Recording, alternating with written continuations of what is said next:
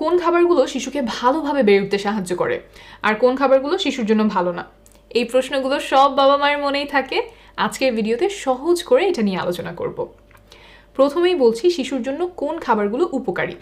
4টা বিষয় নিয়ে কথা বলবো। 1 নাম্বার হলো বেশি বেশি প্রোটিন এবং আয়রন আছে এমন খাবার। কেন এটা দরকার আর কোন কোন খাবার এগুলো পাওয়া যায় দুইটাই বলবো। কেন খাওয়াবেন? প্রোটিন শিশুর হাত পায়ের মাংস গঠনে সাহায্য করে, আয়রন নতুন রক্ত তৈরিতে সাহায্য করে। শরীরে যদি আয়রনের অভাব হয় তাহলে শিশুর কোনো কিছুতে মনোযোগ দিতে সমস্যা হতে পারে, স্কুলের পড়াশোনায় খারাপ করতে পারে। অর্থাৎ এই দুইটা পুষ্টি উপাদানই শিশুর জন্য খুবই দরকারি। তাহলে এখন আসি কোন কোন খাবার থেকে এগুলো পাওয়া যায়। মাছ, মাংস, ডিম, ডাল, এই খাবারগুলোতে ভালো পরিমাণে প্রোটিন এবং আয়রন আছে। শিশুর প্রতিবেলার খাবারেই এর মধ্যে থেকে যে কোনো একটা খাবার রাখার চেষ্টা করবেন। 2 নাম্বার খাবার হলো ব্রেইনের জন্য উপকারী খাবার। শিশুর ব্রেইন যাতে ভালোভাবে তৈরি হয় সেই জন্য প্রয়োজন ওমেগা 3 ফ্যাট। শিশুর মেধা বিকাশেও সাহায্য করতে পারে ওমেগা 3 ফ্যাট, কিন্তু এই ফ্যাটটা আসলে শিশু শরীর নিজে থেকে বানাতে পারে না, খাবার থেকে নিতে হয়। তাহলে কোন খাবার থেকে এই ফ্যাট পাওয়া যায়? তৈলাক্ত মাছে ভালো পরিমাণে এই ফ্যাট পাওয়া যায়, যেমন ইলিশ মাছ, পুঁটি মাছ, চাপিলা মাছ, পার্শে মাছ, কাজলি বা বাঁশপাতা মাছ, মহাশোল মাছ, এগুলোতে ভালো পরিমাণে ওমেগা 3 ফ্যাট আছে। এছাড়াও কই মাছ, পাবদা মাছ, চিংড়ি, ভেটকি মাছ, মলা মাছ, এইসবেও অল্প পরিমাণে ওমেগা 3 ফ্যাট আছে। সপ্তাহে অন্তত একবেলা শিশুকে তৈলাক্ত মাছ খাওয়ানোর চেষ্টা করবেন। এছাড়াও অন্যান্য খাবার যেমন বিভিন্ন ধরনের বাদাম থেকে ওমেগা 3 ফ্যাট পাওয়া যায়, তবে এটা যাদের বয়স 5 বছরের বেশি তাদের জন্য, কারণ ছোট শিশুদের গলায় বাদাম আটকে যেতে পারে। 3 নাম্বার খাবার হলো হাড়গোড় শক্ত করে এমন খাবার। শিশুর হাড়গোড় যাতে ভালোভাবে তৈরি হয় সেই জন্য দরকার ক্যালসিয়াম। দাঁতগুলো যাতে মজবুতভাবে তৈরি হয় সেই জন্যও ক্যালসিয়াম দরকার। তাহলে চলুন এখন জেনে নিই যে কোন খাবারে বেশি পরিমাণে ক্যালসিয়াম পাওয়া যায়। ক্যালসিয়ামের জন্য আমি প্রথমেই পরামর্শ দিব দুধ খাওয়ানোর। শিশুকে প্রতিদিন অন্তত 1.5 গ্লাসের মতো দুধ খাওয়াবেন। দুধে চিনি দিয়ে খাওয়ানোর অভ্যাস করবেন না, কারণ শিশুর জন্য চিনি আসলে একেবারেই কোনো প্রয়োজন নেই, বরং এতে দাঁত ক্ষয় হয়ে যেতে পারে। তাই চিনি দেওয়া কোনো খাবার শিশুকে না দেওয়ার চেষ্টা করবেন। গুড়, মধু, এগুলোতেও একই ধরনের ক্ষতি হয়, তাই এগুলো এড়িয়ে চলার চেষ্টা করবেন। ক্যালসিয়ামের জন্য শিশুকে দইও খাওয়াতে পারেন, তবে সেই ক্ষেত্রেও মিষ্টি দইটা না দিয়ে টক দই দেওয়ার চেষ্টা করবেন। 4 নাম্বার খাবার হলো নানান ধরনের ফলমূল এবং শাকসবজি।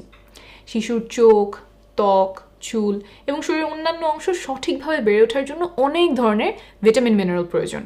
আর এইসব ভিটামিন মিনারেল ভালো পরিমাণে পাওয়া যায় ফলমূল এবং শাকসবজিতে। এক এক ধরনের ফলমূল শাকসবজিতে এক এক ধরনের ভিটামিন মিনারেল থাকে, তাই যত বেশি প্রকারের শাকসবজি ও ফলমূল শিশুকে খাওয়াতে পারবেন শিশু তত ধরনের ভিটামিন মিনারেল পেয়ে যাবে।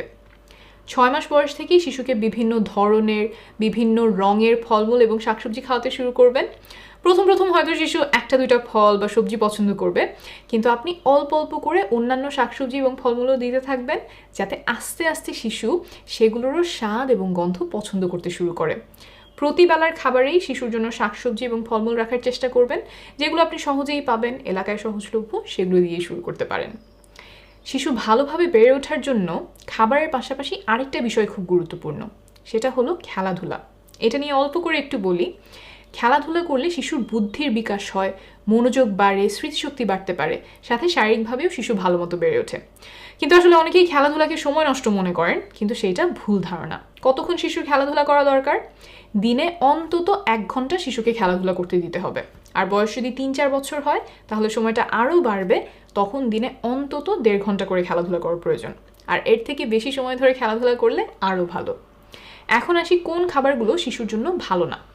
আমরা অনেকেই চিন্তা করি যে চিপস, চকলেট, লজেন্স, আইসক্রিম, তারপর নুডলস, বিস্কিট, মিষ্টি, বাটার বান, কেক, পেস্ট্রি, দোকানের প্যাকেট জুস, সফট ড্রিঙ্কস, এগুলো হচ্ছে শিশুদের খাবার। কিন্তু এই ধারণাটা আসলে ভুল। শিশুদের ভালোভাবে বেড়ে ওঠার জন্য যেসব ভিটামিন মিনারেল দরকার সেগুলো এইসব খাবারে খুবই অল্প পরিমাণে থাকে। তাই এইসব খাবার যদি শিশুদের বেশি বেশি খাওয়ানো হয় তাহলে তাদের শরীরে পুষ্টির অভাব দেখা দিতে পারে। আর এইসব খাবারের আরেকটা সমস্যা হচ্ছে এগুলোতে অনেক সময় অতিরিক্ত চিনি, লবণ, তেল চর্বি থাকে, যা শিশুর স্বাস্থ্যের জন্য খুবই ক্ষতিকর। এইসব খাবার যদি খুব নিয়মিত শিশুকে খাওয়ানো হয় তখন দেখা যায় যে অল্প বয়সে তার ওজন বেড়ে যাচ্ছে, শরীরে অতিরিক্ত চর্বি জমছে, আর একবার ছোটবেলায় ওজন বেড়ে গেলে বড় হয়েও ওজন অতিরিক্ত থেকে যায় বেশিরভাগ ক্ষেত্রে। অর্থাৎ এইসব খাবার থেকে শিশু উপকারী কিছু পায় না বললেই চলে, বরং ক্ষতিকর অনেক উপাদান শিশুর শরীরে ঢুকে যায়। তাই শিশুকে এইসব খাবার খাওয়ানো যতখানি সম্ভব এড়িয়ে চলবেন। এই ভিডিওতে অনেকগুলো তথ্য দিলাম, সব হয়তো আপনার মনে থাকবে না। ইন্টারনেটে সহায় হেলথ লিখে সার্চ দিলে এবং গ্রামীণ ফোনের ইউটিউব চ্যানেলে গেলে এই বিষয় সহ অন্যান্য অনেক বিষয়ে নির্ভরযোগ্য তথ্য পেয়ে যাবেন। আপনার জন্য অনেক শুভকামনা।